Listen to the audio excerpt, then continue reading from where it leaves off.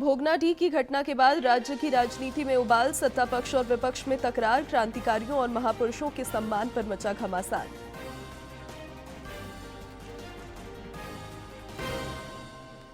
Ratu road elevated corridor के उद्घाटन समारोह की तैयारियां जोरों पर। केंद्रीय मंत्री नितिन गडकरी 3 जुलाई को जनता को करेंगे समर्पित, लोगों को जाम से मिलेगी राहत। डिजिटल इंडिया के 10 वर्ष पूरे, सूचना प्रौद्योगिकी से हर क्षेत्र में आया क्रांतिकारी बदलाव। गांव-गांव तक पहुंची इंटरनेट सेवा, सरकारी कामकाज में बढ़ी पारदर्शिता। और मादक पदार्थों के कारोबार पर पुलिस का कड़ा पहरा, खूंटी में करीब 1.5 करोड़ रुपए का डोडा जब्त, 2 तस्कर पकड़ाए।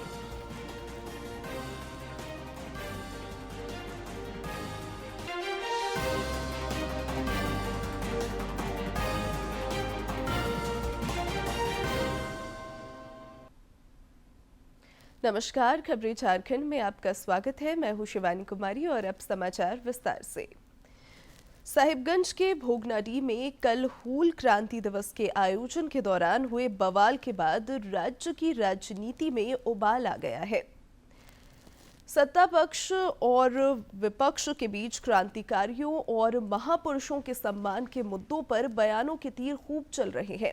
सरकार भाजपा के निशाने पर है। नेता प्रतिपक्ष और भाजपा के प्रदेश अध्यक्ष बाबूलाल मरांडी ने पुलिस के बल प्रयोग के दौरान घायलों का वीडियो साझा किया है। श्री मरांडी ने इसे बर्बरता करार दिया। नेता प्रतिपक्ष ने कहा कि हेमंत सरकार खुद को आदिवासियों की हितैषी बताकर अबुआ राज का सपना दिखाती है, लेकिन उनका रवैया अंग्रेजी हुकूमत जैसा होता जा रहा है। भोगनाडीह में कल आदिवासी समाज के स्वाभिमान को कुचलने की कोशिश की गई। राज्य में भाजपा की प्रमुख सहयोगी आजसू पार्टी ने भी भोगनाडीह की घटना पर राज्य सरकार पर निशाना साधा है। पार्टी प्रमुख सुदेश कुमार महतो ने कहा कि इस घटना से ये साबित हो गया है कि झामुमो अपने स्वार्थ के लिए सिदो कान्हू और महापुरुषों के नाम का राजनीतिक इस्तेमाल करना चाहता है। श्री महतो ने कहा कि सिदो कान्हू के वंशजों और ग्रामीणों को शहीद स्थल पर पहुंचने से रोकने के लिए प्रशासन का बल प्रयोग शहीदों का अपमान है। इधर झारखंड मुक्ति मोर्चा ने भी विपक्ष के आरोपों पर पलटवार किया है। पार्टी महासचिव और प्रवक्ता विनोद कुमार पांडे ने कहा कि झामुमो ने हमेशा आदिवासियों की अस्मिता और अधिकारों को सर्वोपरि रखा है। भाजपा का आरोप निराधार है। श्री पांडे ने कहा कि कानून को किसी को हाथ में लेने की इजाजत नहीं दी जा सकती। भोगनाडीह में कुछ असामाजिक तत्वों ने सुनियोजित तरीके से हालात बिगाड़ने की कोशिश की। प्रशासन ने संयम और संवेदनशीलता के साथ कार्रवाई की। शहीदों और महापुरुषों के नाम मचे घमासान के बीच मुख्यमंत्री हेमंत सोरेन ने दिल्ली में नवनिर्मित झारखंड भवन में अमरवीर शहीद सिदो कान्हू की प्रतिमा स्थापित करने की घोषणा की है। उन्होंने कहा कि हूल क्रांति दिवस हमारी ताकत और हमारी पहचान है। श्री सोरेन ने यह भी कहा कि वीर क्रांतिकारियों के सपनों का झारखंड बनाने के लिए झामुमो और राज्य सरकार दृढ़ संकल्पित है। कांग्रेस के प्रदेश अध्यक्ष केशव महतो कमलेश ने भी शहीदों के सम्मान की बात दोहरा रहे हैं। उन्होंने रांची में प्रेस कॉन्फ्रेंस कर देवघर एयरपोर्ट का नाम सिदो कान्हू चांद भैरव के नाम पर करने की मांग की। हम मांग करते हैं प्रदेश कांग्रेस कमेटी की ओर से प्रधानमंत्री से कि संथाल के विद्रोहियों के सम्मान के लिए जिन्होंने अंग्रेजों के खिलाफ, उनके अत्याचार और शोषण के खिलाफ प्रथम आवाज उठाई थी जल जंगल जमन की रक्षा के लिए, उनके नाम पर देवघर हवाई अड्डा का नामकरण किया जाए। राजधानी रांची के लोग 3 जुलाई का बेसब्री से इंतजार कर रहे हैं, जब केंद्रीय राजमार्ग एवं परिवहन मंत्री Nitin Gadkari Ratu road elevated corridor का उद्घाटन करेंगे। इस सिलसिले में तैयारियों को अंतिम रूप दिया जा रहा है। स्थानीय ओटीसी ग्राउंड में विशाल हैंगर भी बनाया जा रहा है। इस एलिवेटेड कॉरिडोर को बनाने में करीब 2.5 वर्ष का समय लगा है। और जानकारी दे रहे हैं हमारे सहयोगी। राजधानी वासियों को केंद्र सरकार ने एक बहुत बड़ी सौगात दी है और आगामी 3 जुलाई को रातू रोड एलिवेटेड कॉरिडोर का लोकार्पण या उद्घाटन केंद्रीय मंत्री नितिन गडकरी करने वाले हैं। करीब 2.5 किलोमीटर कि रास्ते को तय करने में रांची वासियों को जहां 30 मिनट से 1 घंटे के समय लग जाया करते थे, वहीं 3.5 किलोमीटर लंबे बने Ratu road flyover elevated corridor से महज वो 5 मिनट में इस रास्ते को तय कर पाएंगे। इससे न केवल राजधानी वासियों को जाम से मुक्ति मिलेगी, बल्कि कई सुदूरवर्ती क्षेत्र के लोगों को भी इससे आसानी होगी। आपको बता दें कि इस फ्लाईओवर से रातू रोड से नगड़ी चलने वाली जो गाड़ियां हैं वो आसानी से कम समय में अपनी दूरी को तय कर पाएंगी। इसके अलावा लोहरदगा जाने वाली भी जो गाड़ियां हैं वो भी कम समय में अपनी दूरियों को तय कर पाएंगी। रातू रोड से जितनी भी गाड़ियां खुलती हैं वो रातू रोड फ्लाईओवर के जरिए कम समय में अपनी दूरी को तय करते हुए अपने गंतव्य तक पहुंच पाएंगी। आपको बता दें प्रति घंटा करीब 3000 गाड़ियां इस रातू रोड फ्लाईओवर से होकर गुजरेंगी और शहरवासियों को मुख्य रूप से जाम से मुक्ति मिलेगी। दूरदर्शन समाचार के लिए सहयोगी विकास के साथ प्रणय प्रबोध। कृषि मंत्री शिल्पी नेहा तिर्की ने कल दिल्ली प्रवास के क्रम में कांग्रेस के राष्ट्रीय अध्यक्ष मल्लिकार्जुन खड़गे से मुलाकात की। इस दौरान दोनों के बीच समसामयिक विषयों पर बातचीत हुई। कृषि मंत्री ने श्री खड़गे को विभाग के कामकाज और कांग्रेस संगठन की गतिविधियों से अवगत कराया। इससे पहले कृषि मंत्री ने कल सहकारिता मंत्रियों के सम्मेलन में हिस्सा लिया और राज्य का पक्ष रखा। दिल्ली के सर गंगाराम अस्पताल में इलाजरत पूर्व मुख्यमंत्री और राज्यसभा सांसद शिबू सोरेन के स्वास्थ्य में धीरे धीरे सुधार हो रहा है। दिशोम गुरु के स्वास्थ्य का हाल जानने के लिए लगातार लोग अस्पताल पहुंच रहे हैं। कई नेताओं ने कल भी गुरुजी का कुशलक्षेम जाना और उनके शीघ्र स्वस्थ होने की कामना की। प्रधानमंत्री नरेंद्र मोदी की पहल पर शुरू किए गए डिजिटल इंडिया अभियान के 10 वर्ष पूरे हो चुके हैं। इन 10 वर्षों में सूचना प्रौद्योगिकी के इस्तेमाल से हर क्षेत्र में सकारात्मक बदलाव आया है। कल्पना कीजिए एक ऐसा भारत जहां एक सब्जी वाले से लेकर स्टार्टअप फाउंडर तक हर कोई एक क्लिक में पेमेंट कर रहा है, जहां 70,000 करोड़ रुपए रोजाना सिर्फ फोन से ट्रांसफर हो रहे हैं। और ये कोई सपना नहीं, ये है आज का नया डिजिटल भारत, प्रधानमंत्री नरेंद्र मोदी के विजन और लीडरशिप का परिणाम। भारत की डिजिटल अर्थव्यवस्था की स्थिति के बारे में 2024 की एक रिपोर्ट बताती है कि आज भारत ग्लोबली डिजिटलाइजेशन में तीसरे नंबर पर है। और जब बात व्यक्तिगत डिजिटल यूजेज की आती है तो G20 देशों में भारत 12वें स्थान पर है। ये वही देश हैं जहां कभी बैंकों तक पहुंचना भी एक चुनौती होती थी, लेकिन आज हर जेब में बैंक है और हर हाथ में शक्ति। वित्त मंत्री निर्मला सीतारमण ने साफ कहा, भारत कैशलेस क्रांति को अपना चुका है। अब सोचिए, एक दिन में 59.6 करोड़ डिजिटल लेन देन हो रहे हैं, जिनकी वैल्यू 70,000 करोड़ रुपए से ऊपर है। और इस क्रांति का धड़कता दिल है यूपीआई, जो देश के 80% से ज्यादा रिटेल ट्रांजैक्शन का जिम्मेदार है। 2014 से पहले डिजिटल भारत एक नारा था, आज ये हकीकत है। प्रधानमंत्री मोदी ने जन धन आधार मोबाइल यानी जैम ट्रिनिटी के जरिए एक ऐसा बुनियादी ढांचा खड़ा किया जिसने हर भारतीय को डिजिटल दुनिया से जोड़ा। और आज उसी बुनियाद पर खड़ी है भारत की सबसे तेजी से बढ़ती डिजिटल अर्थव्यवस्था।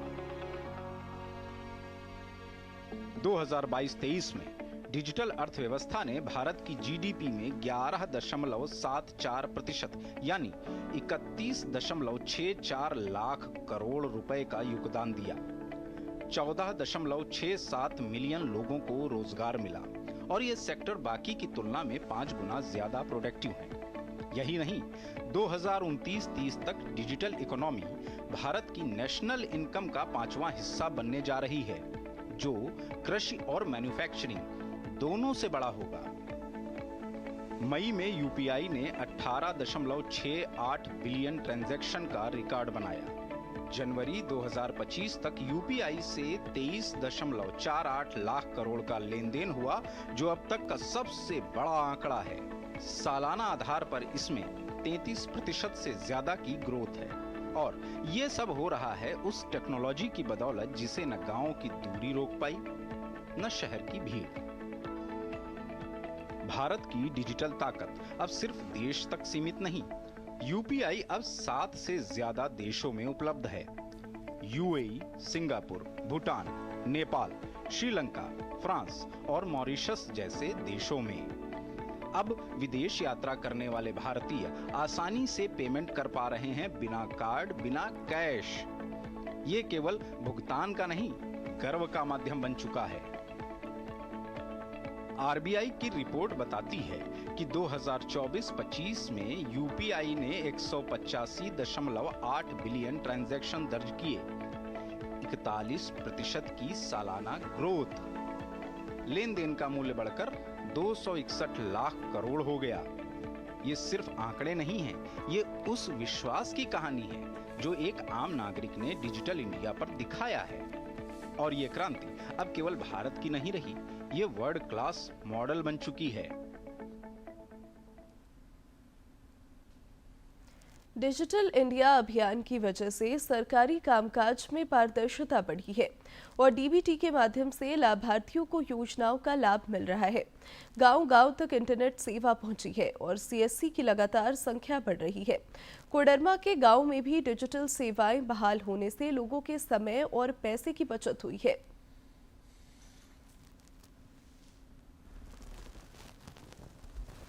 कोडरमा जिले में 105 पंचायत और तकरीबन 717 गांव डिजिटल हो चुके हैं। पंचायत के डिजिटल होने से पंचायत के तमाम गांव के लोगों को इसका लाभ मिल रहा है।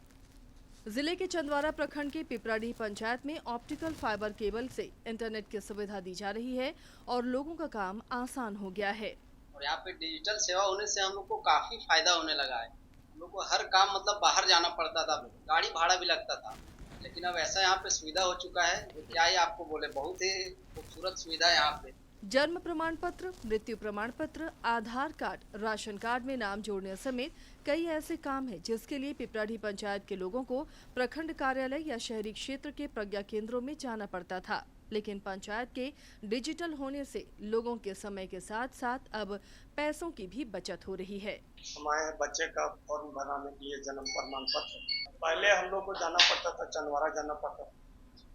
जब से यहाँ पर प्रज्ञा केंद्र हुआ तब से हम लोग को मतलब फायदे हो रहा है उसमें। पंचायत के डिजिटल होने से न सिर्फ लोगों को सुविधा मिल रही है बल्कि केंद्र और राज्य प्रायोजित योजनाओं की जानकारी और लाभ भी लोग आसानी से ले पा रहे हैं। निर्बाध इंटरनेट सेवा बहाल होने से ग्रामीण और शासन प्रशासन के बीच की दूरी में भी कमी आई है। इसके अलावा बैंकिंग सुविधा का लाभ लोगों को मिल रहा है। जितने भी मूलभूत सुविधाएं हैं ग्रामीणों का, जैसे पेंशन का पैसा निकालना और ई श्रम कार्ड बनाना और आधार कार्ड निकालना, डाउनलोडिंग इत्यादि। हमारे पंचायत सचिवालय में पेंशन के पैसा यहाँ से ले जाती है। जो ज़्यादा बुजुर्ग हैं उनको मैं प्रज्ञा पेंशन चालक को बोल के उनके घर तक भेज के उनके घर में ही पैसा दिलवाते हैं। और जातीय आवासीय आय जितना प्रकार के सर्टिफिकेट है डिजिटल होने के बाद यहाँ पर हमारे पंचायत सचिवालय में को बेनिफिट हो रहा है।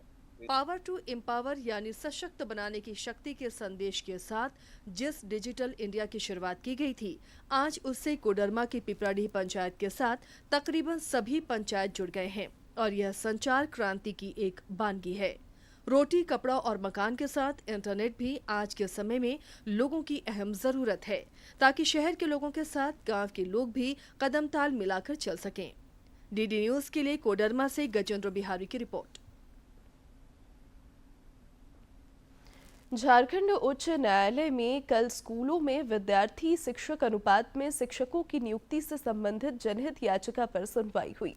इस दौरान अदालत ने मौखिक रूप से शिक्षकों की नियुक्ति के मामले में जेएसएससी के कामकाज पर निराशा व्यक्त की। सहायक आचार्य प्रतियोगी परीक्षा में विलंब पर भी अदालत ने असंतोष जताया और राज्य सरकार तथा जेएसएससी को शपथ पत्र दायर करने का निर्देश दिया। स्वतंत्र भारत के इतिहास में 1975 के आपातकाल को काला अध्याय के रूप में जाना जाता है। रांची के नजदीक नगड़ी के रहने वाले पत्रकार और अधिवक्ता केशव भगत ने दूरदर्शन से खास बातचीत में आपातकाल की ज्यादतियों की चर्चा की। जिस समय इमरजेंसी लग गया था उस समय हमारे संपादक माननीय बलबीर दत्त जी वहाँ पर पहुँचे, आए। मैं वहाँ हम लोगों को बुलाए और बताया कि किसी ऐसा चीज़ नहीं लिखना है जिसमें किसी तरह की हानि हो, और हम लोगों ने उसी तरह से लिखना शुरू किया। कुछ तो चाह के भी नहीं लिख सकते थे। जो अखबार आता था वहाँ पर कुछ कुछ कॉलम हटा दिया जाता था और कोरा रहता था। इस संबंध में मैंने अपने संपादक जी से पूछा इसका कारण क्या है, तो उन्होंने बताया कि छपने के पूर्व कुछ प्रशासनिक पदाधिकारी आते थे और वे कुछ कॉलम को हटा दिया जाता था, और उसी हटने के बाद में फिर दोबारा कॉलम नहीं डाला जा सकता था, लास्ट पीरियड था, और उसी से कुछ अखबार के कॉलम कोरा आते थे, और उसी के चलते यह अखबार का ऐसी स्थिति थी। उस समय की स्थिति यह थी कि बस में चाहे ट्रेन में चाहे किसी तरह बस में यात्रा करते थे लोग, कार में, तो उस समय पुलिस बीच में ही रोक लेती थी और पता नहीं क्या चेक करती थी, लेकिन समझ में नहीं आता। एक बार के मैं साझा करना चाहता हूँ अपनी आप बीती का, कि मैं कचहरी जा रहा था 10:30 बजे के लगभग, कटहल मोड़ के पास में 5-6 सिपाही थे और मैं बस में जा रहा था। एक बड़ा बाबू आए और गाड़ी को रोकवा दिए। उसके बाद बस के अंदर 4-5 कांस्टेबल पहुँचे और क्या क्या चेक किया, सब पैसेंजर को उतार दिया, और उसके बाद कुछ देर चेकिंग करने के बाद वे लोग जाने दिए। तो इस तरह से जो स्थिति होती थी, हर आदमी को डर लगा रहता था। कार में जाने में, बस में जाने में, ट्रेन में जाने में कभी भी रोका जा सकता था और कभी पुलिस के द्वारा जांच किया जा सकता है। 75 और 77 के बीच में 21 महीना की जो स्थिति हुई, बहुत ही गंभीर स्थिति से पत्रकारों को गुजरना पड़ता था। अभी में चाहे 1975 के पहले जो भी लिखते थे, हम लोग को लिखने की छूट थी। किसी तरह के लिखते थे तो वो छप जाता था, चाहे हम लोग अभिव्यक्ति भी करते थे वो भी आ जाता था। लेकिन 1975 से 77 के बीच में हम लोग को लिखने में जो परेशानी हुई उसको एक पत्रकार ही समझ सकता है। बहुत सा चीज़ है जिसे हम लोग चाह के भी नहीं लिख सकते। मादक पदार्थों के कारोबारियों पर पुलिस का कड़ा पहरा है और उनके खिलाफ राज्य भर में ताबड़तोड़ कार्रवाई हो रही है। खूंटी में पुलिस ने करीब 1.5 करोड़ रुपए का डोडा जब्त किया है। इस मामले में 2 तस्करों की भी गिरफ्तारी हुई है। जिले के पुलिस अधीक्षक मनीष टोप्पो ने बताया कि अड़की थाना क्षेत्र से डोडा की इस बड़ी खेप को पकड़ा गया है। ट्रक में मुरही की आड़ में डोडा की तस्करी की जा रही थी। करीब 1 करोड़ 35 लाख रुपए के करीब है।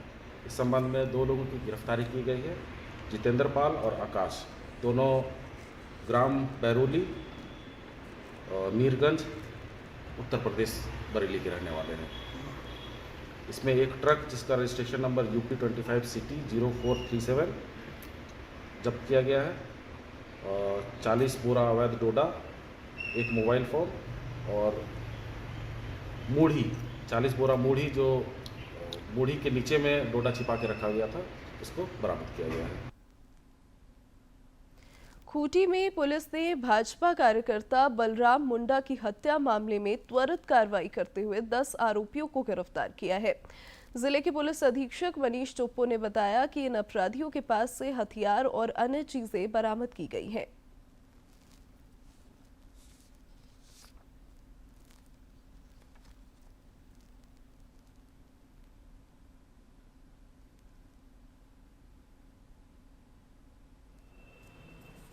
उसी रात से लेकर के अभी तक कुल 12 लोगों को गिरफ्तार किया गया है, 10 लोगों को गिरफ्तार किया गया है, और जिसमें बिरबल मुंडा, सीनू मुंडा, बुधराम हस्सा, केदार मुंडा, पुष्पेंद्र यादव, पतरस पाहन, पलटन मुंडा, पाऊ पाहन, अभिषेक हस्सा और कालिक पूर्ति शामिल है।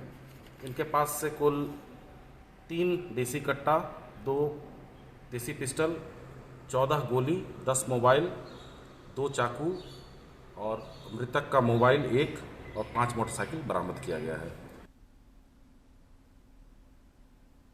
जनहित और पारदर्शिता के लिए आज से देश में कई सकारात्मक बदलाव हो रहे हैं। तत्काल टिकट बुकिंग और पैन कार्ड बनाने के लिए नियम में भी आज से बदलाव प्रभावी हो गए हैं। और आज से सरकार कई एक बड़े बदलाव कर रही है। रेलवे में तत्काल टिकट बुकिंग के बदलाव के साथ साथ पैन कार्ड के नियमों में भी बदलाव किए गए हैं। सरकार ने आज से पैन कार्ड के लिए आवेदन करने पर आधार कार्ड को अनिवार्य कर दिया है। सरकार का कहना है कि इससे टैक्स चोरी पर लगाम लगेगी। तो वहीं केंद्रीय प्रत्यक्ष बोर्ड ने कहा है कि सरकार के इस कदम से टैक्स कंप्लायंस और डिजिटाइजेशन को बढ़ावा मिलेगा। आपको बता दें कि पहले पैन कार्ड बनवाने के लिए एक वैध आईडी कार्ड और जन्म प्रमाण पत्र लगता था, लेकिन आज से बिना आधार के अब पैन कार्ड नहीं बन सकेगा। यात्रियों की सुविधा के लिए भारतीय रेल लगातार सुधारात्मक पहल कर रहा है।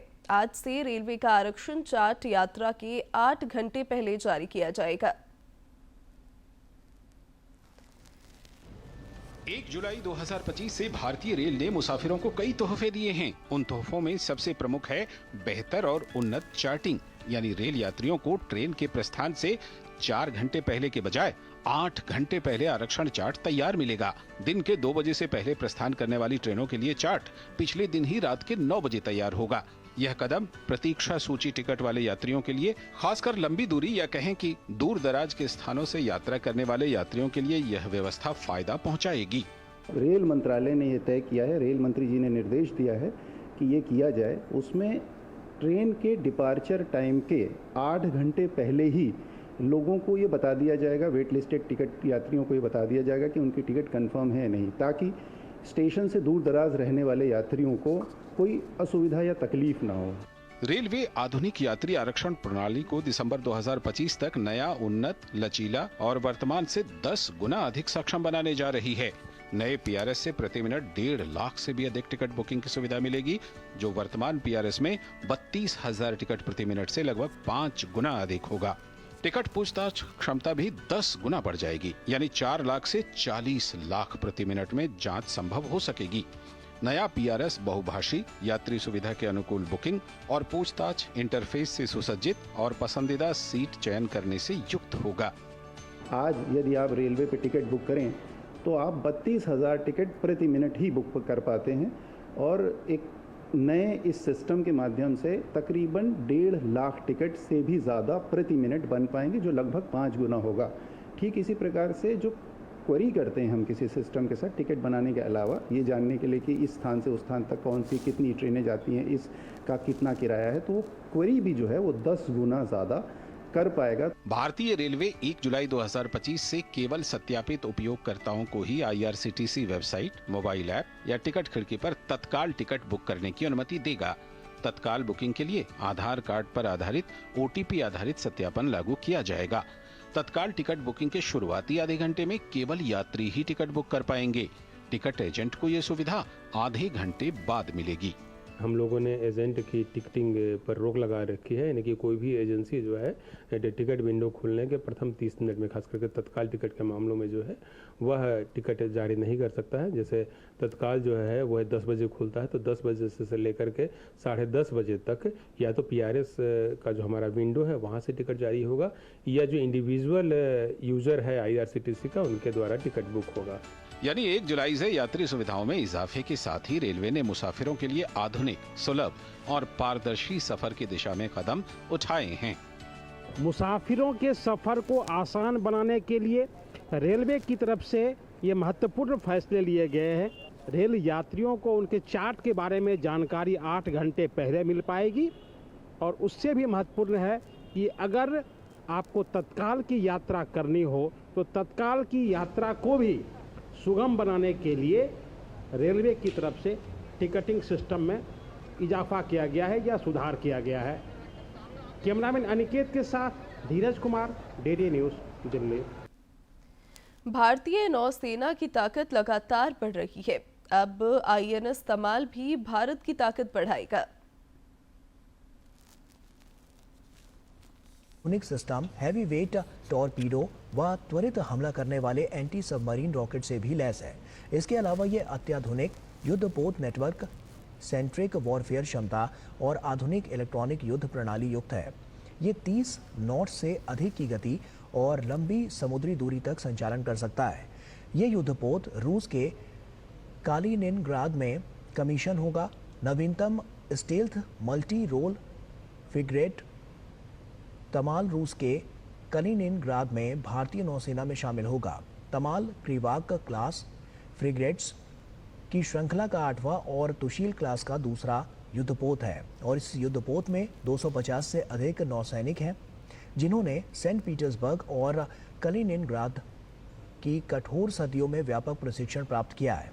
तमाल ने बीते 3 महीनों में कई गहन समुद्री परीक्षण सफलतापूर्वक पूरे किए हैं और इस परियोजना के तहत भारत में भी गोवा शिपयार्ड लिमिटेड में रूसी तकनीक और डिजाइन सहयोग से त्रिपुट क्लास के 2 फ्रिगेट्स को निर्माण किया जा रहा है और इस पूरी श्रृंखला के पूरा होने के बाद भारतीय नौसेना के पास समान क्षमताओं वाले 10 युद्धपोत होंगे और इससे समुद्र में भारतीय नौसेना की शक्ति में जबरदस्त इजाफा होगा।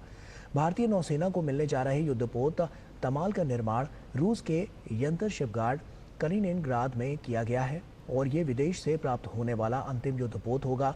भारत सरकार की आत्मनिर्भर भारत और मेक इन इंडिया पहल के अनुरूप इस युद्धपोत में 26 स्वदेशी उपकरण लगाए गए हैं और इन उपकरणों में समुद्र और जमीन पर लक्ष्य भेदने में सक्षम ब्रह्मोस सुपरसोनिक क्रूज मिसाइल भी शामिल है। तमाल नाम देवताओं के राजा इंद्र की युद्ध में इस्तेमाल होने वाली पौराणिक तलवार से प्रेरित है और ये भारतीय और रूसी युद्धपोत निर्माण की सर्वोत्तम तकनीकों का प्रतीक है।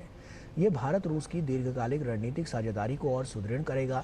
कमीशन के बाद ये जहाज भारतीय नौसेना के पश्चिमी बेड़े में शामिल होकर भारत की समुद्री सुरक्षा को और मजबूत बनाएगा। प्रधानमंत्री नरेंद्र मोदी के कुशल नेतृत्व में बीते 11 वर्ष सेवा, सुशासन और गरीब कल्याण के लिए समर्पित रहे हैं। पूर्व मंत्री और भाजपा नेता भानु प्रताप शाही ने कहा कि विकास के मामले में पिछले 11 वर्षों में केंद्र सरकार ने लंबी लकीर खींची है। मोदी जी के आने के बाद आमूल-चूल परिवर्तन पूरे देश में हुआ है और झारखंड इससे अछूता नहीं है। आज के 11 साल पहले ग्रामीण परिवेश में हम लोगों के परिवार में, गरीब परिवार में अगर कोई 4 रिश्तेदार आ जाता था तो खाने के लिए लोगों को सोचना पड़ता था। उसके बगल वालों से मंगा करके नाते रिश्तेदारों की खातिरदारी करनी पड़ती थी। मोदी जी ने जो सबसे बड़ा काम किया है गरीब कल्याण का, वो काम किया है मुफ्त में अनाज दे करके गरीबों के जो अन्न का भंडार है, कोठी है, उसको भरने का काम किया। गरीब अपने इलाज में गाय, बैल, बकरी, जमीन, गहना बेच देते थे। आज वो मुफ्त में इलाज 5 लाख रुपया तक के आयुष्मान कार्ड के माध्यम से करा पा रहे हैं। गरीब का पक्का का छत उनको नसीब हो रहा है, गरीब को पीने के लिए पानी उनको उपलब्ध हो पा रहा है। तो गांव का परिवेश अगर आप जाइएगा तो 11 सालों में आप देखिएगा तो आपको लगेगा कि गांव का परिवेश कितना बदल गया है और गांव का रहन सहन भी बदल गया है। गांव के लोगों के बैंक के खाते खुले हैं और बैंक के खातों में कुछ ना कुछ पैसे हैं, जबकि पहले ऐसी कोई भी चीज़ हम लोगों को देखने को नहीं मिलती थी। तो झारखंड गांव का प्रदेश है और गांव जब उन्नति और उत्थान मोदी जी के मार्गदर्शन में, उनके अगुवाई में कर रहा है तो निश्चित तौर पर हम लोगों को काफ़ी खुशी मिल रही है। जब मोदी जी का सत्ता शासन नहीं था तो झारखंड के आधे से अधिक घरों में मिट्टी तेल और ढिबरी का युग था। आज 11 सालों में झारखंड के 100% घरों में बिजली पहुंची है। आज उनको बिजली मुहैया हो रहा है। गांव में तमाम मूलभूत आवश्यकता धीरे धीरे पूर्ण हो रहे हैं। तो मोदी जी ने जो गांव के लोगों को दिया है और गांव के लोगों का जो मोदी जी के प्रति प्यार है, यह अटूट है और यह 11 सालों में हम लोगों को देखने को मिला है। तो मैं झारखंड के तमाम जनता के तरफ से मोदी जी को पलामू के भाषा में बस एक ही बात बोलेंगे कि मोदी जी के लिए जो जनता का प्यार है वो पलामू के भाषा में यह है कि मोदी जी का हाथों बाल न टूटे, यह झारखंड की जनता उनको आशीर्वाद देती है। और अब अंत में मुख्य समाचार एक बार फिर।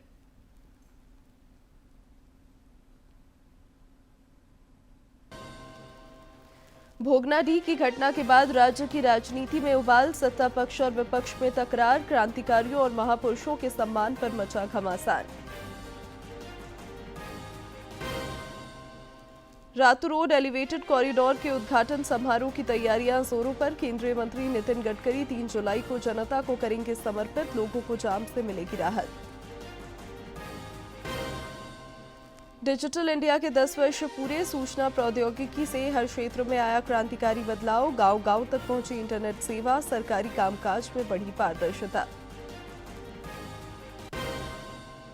और मादक पदार्थों के कारोबार पर पुलिस का कड़ा पहरा। खूंटी में करीब 1.5 करोड़ रुपए का डोडा जब्त, 2 तस्कर पकड़ाए।